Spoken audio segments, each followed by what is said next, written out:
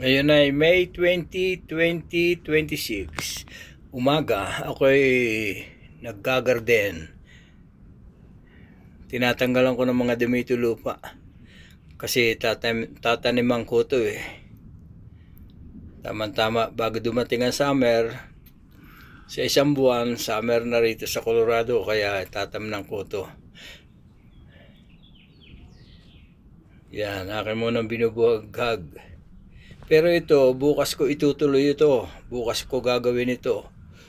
Aking kukultibitin, aking gagamitan ng kalaykay para mabuhaghag ang lupa.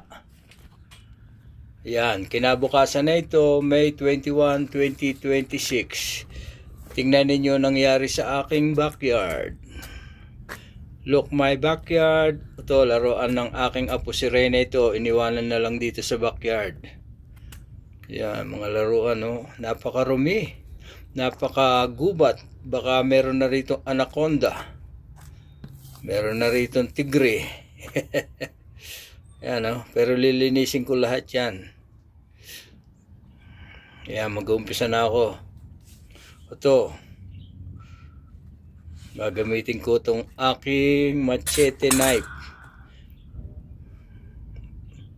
Kailangan ko mag-gloves kasi matinik yung ibang damo rito eh.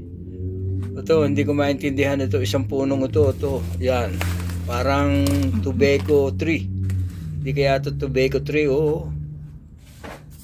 Pero hindi. Dami sukal. Kailangan tagain. Nakadikit sa lupa eh. Sa bricks. Naiipit ng bricks ang mga ugat. Kaya bang hirap bunutin ng iba, ginagamitan ko ng itak. Pero yung iba madali, oh. Yan oh. Yan oh, daling bunutin yung iba. Kung wala kang gloves, matinik ito, matitinig ka. 4 na buwan lang ako nawala. Nagbakasyon sa Pilipinas na 4 na buwan. Nang bumalik ako, ito nangyari sa aking backyard, sa aming backyard, oh. Naging gubat.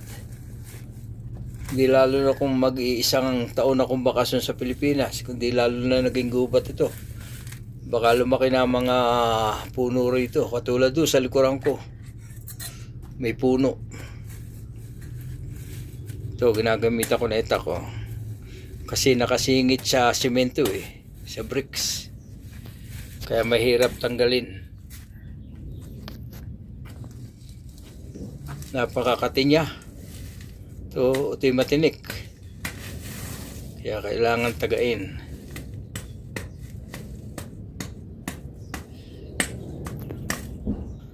Yan, no? Madali naman eh. Sandali lang gawin ito eh. Nagulat ako pagdating ko. Dumating ako nung January 17. Sabi ko, pag ako nakapahipahinga, gagawin ko to. Yan, ngayon ginagawa ko na. Dali naman bunutin yung iba. Ito, matinik, ito. Nakita niyo ito sa harap. Itong punong ito, damo yan. Pero matinik yan. Ito nasa gitna, halaman yan. Pero bubunutin ko na rin yan. Yung maliit na green. Yan ay nagbubukol na, pero halaman. Ito, matinik. Yan, matinik yan. Pero madaling bunutin yung iba eh. Yung iba nakasingit sa bato, sa bricks, oh. Yan, oh. Kailangan tagain. Nakakapit siya, yung ugat.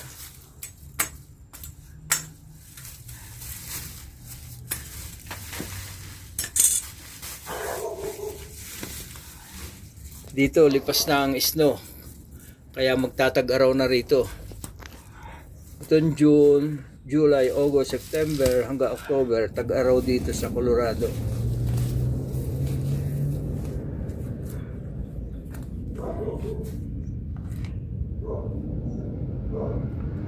Okay, nakakapagod lang.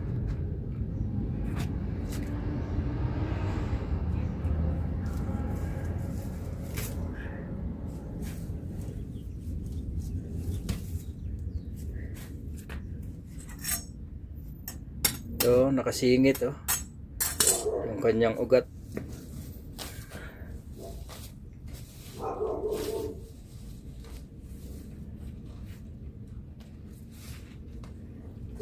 Sandali lang naman gawin eh. Oh. Ayan oh. Bunot ko lang ng bunot. Pag hindi mo kayang bunutin, itakin mo.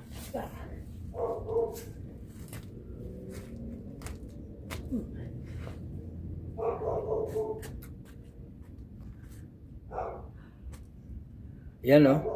Ang dali.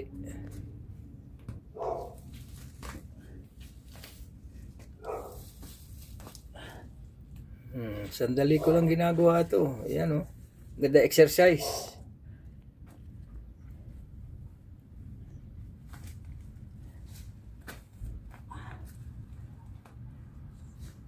Iniipon ko lang muna ang mga damo. Mamaya dadakotin ko yan. Ilalagay ko doon sa basurahan namin, yung malaking trash can.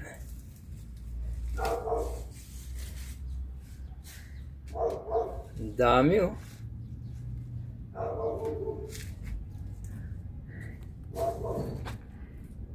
Nakakapagod. Masakit sa balakang. Masakit sa likod.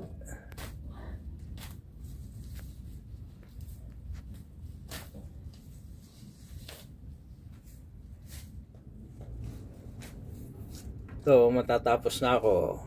Kaunti na lang. Kaunting yuko pa. Kaunting yuko. Kaunting bunot. Tapos na. Yan. Luminis-linis na.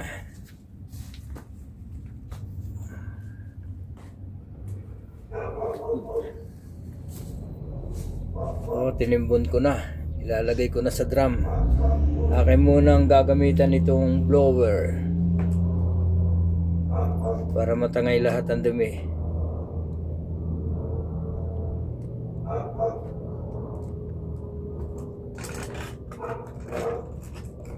Ayaw yatang umandar ah. Ayaw ah. Ayaw umandar. Matagal kasi na-stuck eh. Baka wala nang gasolina. Wala nang gasolina siguro. Dito ko muna. Gagamitan na lang kita ng tambo. Yan, ito walis.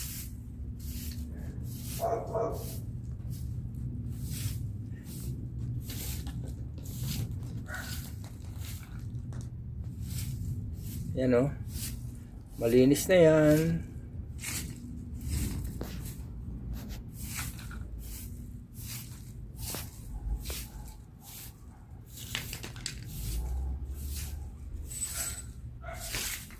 Iniipon ko lang, tsaka ako dadakutin.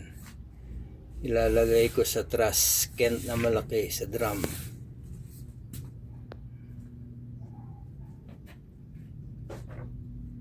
Ito, wala ka ng gasolina. Oh, wala nang gasolina ito. Ito kita ilalagay.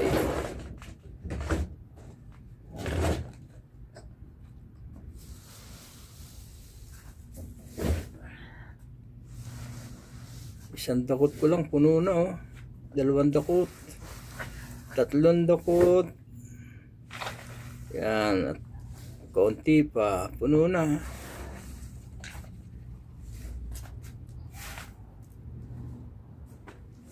Puro damo yan.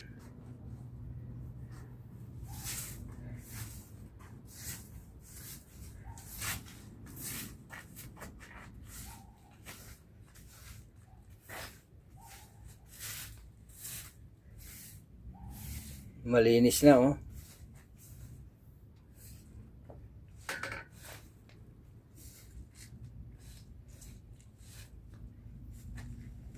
Okay.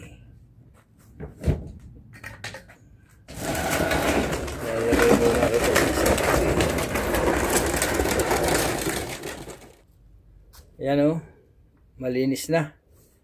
Pero wawalisin ko pa yung ibang natitira. May natira pang dumi na damo eh. Wawalisin ko muna kayo maigi.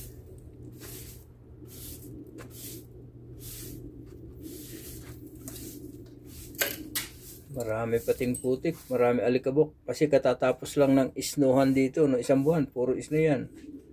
Yan, wala na kayo. Tingnan ninyo, oh. Napakalinis na, oh. Ang ganda na ng backyard ko, oh. Nawala yung mga damo, yung malalaking damo, parang gubat kangina. Ngayon, ang ganda na, oh. Malinis na uli. Pwede na ako mag-exercise. Pwede ko nang gamitin itong aking maliit na gym. Dito lang ako nag-exercise tuwing umaga. Itong aking barbell. Ito ang dumbbell ko.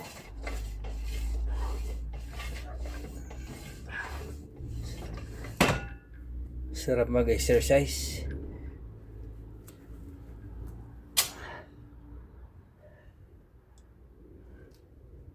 Ito, mabigat din ito. Kaya lang hindi ko pinapwersa. Paunti-unti lang eh. 1, 2, 3, 4, 5. Yun, okay na yun. Lima-lima lang. Okay na. Tapos, doon tayo sa labas.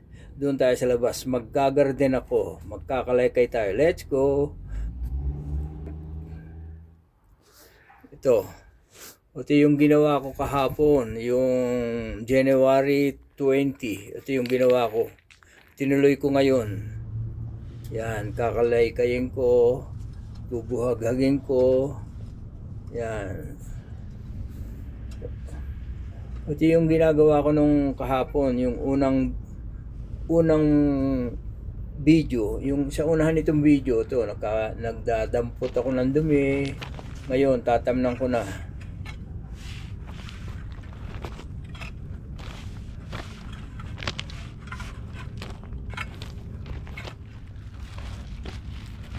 Yan, lalagyan ko ng bulaklak. Yan ay mga buto ng bulaklak. Iba't ibang bulaklak yan. Kaya sana mabuhay ito. Para pakikita ko sa inyo kung ito'y mabubuhay, yung mga bulaklak nito. Yung kung dadami siya, pag dumami yan, ang ganda tingnan dyan. Yan.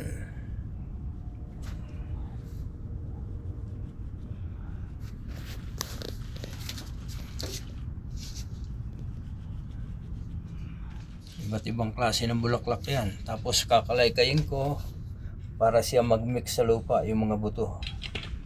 Para pumailalim ang mga buto sa lupa.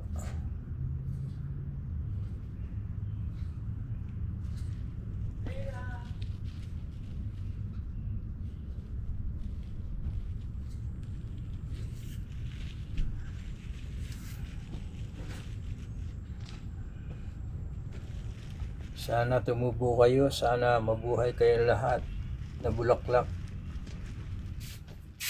Are you on? Hold on. Are you okay, Ray? Hey, what's your feet? Look. Put your feet on the thing. Huwag mong bibilisan, Randall. Baka mamay paspasan mo. Nakasignal siya sa akin. Kahit na. Ito yung aking e-bike. Randall, huwag mong bibilisan, ha. Bye-bye. Yan, ganyan lang ang takbo. Bye-bye, Reyna. Nagbabike sila.